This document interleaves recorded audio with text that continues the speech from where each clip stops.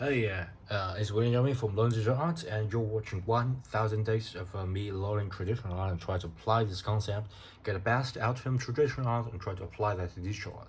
Today we're going to talk about. I'm pretty excited about this concept because I've always wanted to learn how to draw like a pro, and I normally would draw something like this. So just a block all this with the basic shape, like cylinder, something like that, and then connecting dots. But that's a very unnatural way of doing things. And I've learned and analyzed a lot of like a great traditional artist, and I believe they are doing something like this. They like a doodle, something here, like, and then it's really cool. And like go here, and then like here, like really floated here, and then go here, then something like this, and then go back to a specific place, and then go doing something like that. It's really cool, super cool. And then they added the volume to it, will get you something like this. And I practiced this a lot of times, and I want to share this what I learned. Okay, so basically they are using the like, you can sort of treat this as a center rhythm of the body, and they're using this as a guideline. And if you think about this, okay, so if you think about the one line, and if you just draw one line, it will be just like a really ugly doodle. It doesn't mean anything. But I believe they're doing something, and then they do something like this. Okay, I don't know what they are doing, but later I realized that they are doing some sort of a mark. So they are essentially is cheating.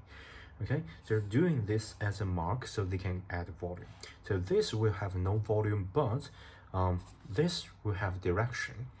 And if you do something like this, you have volume. That's the reason why they're doing this, because if you're like connecting here, you got a pretty nice good arrow that have volume. Okay, you can even add shading to it. Okay, so basically they're doing this as a guideline, as a center line, and then doing something like this so they can mark the volume. Okay, let me just redraw this so you guys can see the result. Okay, so basically they're starting something like this. So like here, just like a doodling part. Okay, so just to get the volume started and get a curve going. Okay, so basically the curve will be like this, and things you're going to like mark the volume, like a shoulder, you're going to mark a volume like this, and going way here, and there will be the like the back side part, the hips, so you can sort of add a volume like this, and going all the way here, add a little bit of volume, going over here, and you can sort of treat this because it's like a farther away. Go back here, going some gesture, adding some hints, going down below. Okay, this should be adding another volume, going all the way down. Okay, and move forward. Okay, and then you can just sort of treat this, and outside, add a little bit of volume here, and here, gesture going down, go inside, and a little bit more.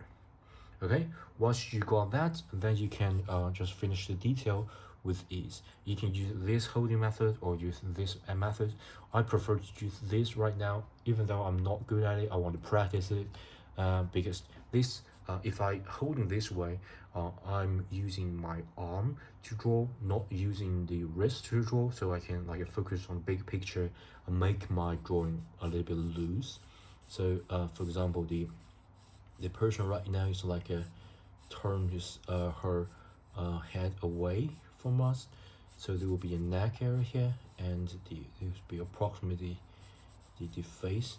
Okay, so there will be, maybe there will be hair, so can you sort of treat this as a hair, but doesn't really matter.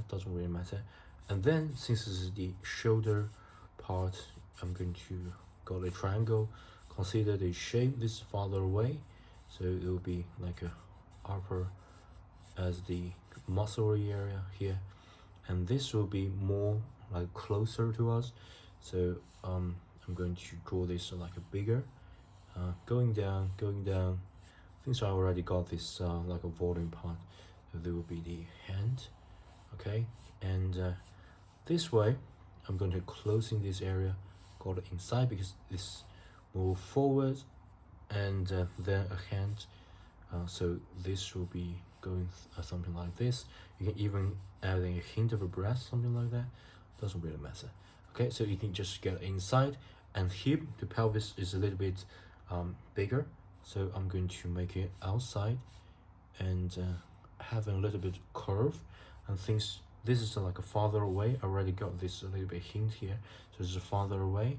So I'm going to make it smaller. This is like a hint going here and farther away, so just to become smaller because I already add a hint here. And then just going down, all the way down. Okay, so this is like a straight line down, and the front is more like a straight line. The back is more curved because we got the calf. Okay, and then I can just make it out. Will be the heel and then the tip of your feet. Okay, and then I can get the feet volume ready to be here, because it's farther away, and right side going here, and sort of a hint of the hand. Okay, so be something like this. You can even add a little bit hint, something like this. Just add a little bit of hint. Folded area, so you sort of treat the body part as a folding, so you can sort of add in a hint like this to suggest that this part is like a folded. Okay, doesn't really matter too much. We don't want to go too much in the detail. Okay, let's go here. Let's close this area and get inside, and this will be it will not be as much as the front and farther away, but rather it's more straight down below. So I'm going to go from here, go all the way down. Okay, and then since I already got a hint, so there will be the cutting point here. Okay, then I can just make it down, just a straight line down. This will be more curved. Right side, and then left side just a straight line. Then this part will be front of the feet.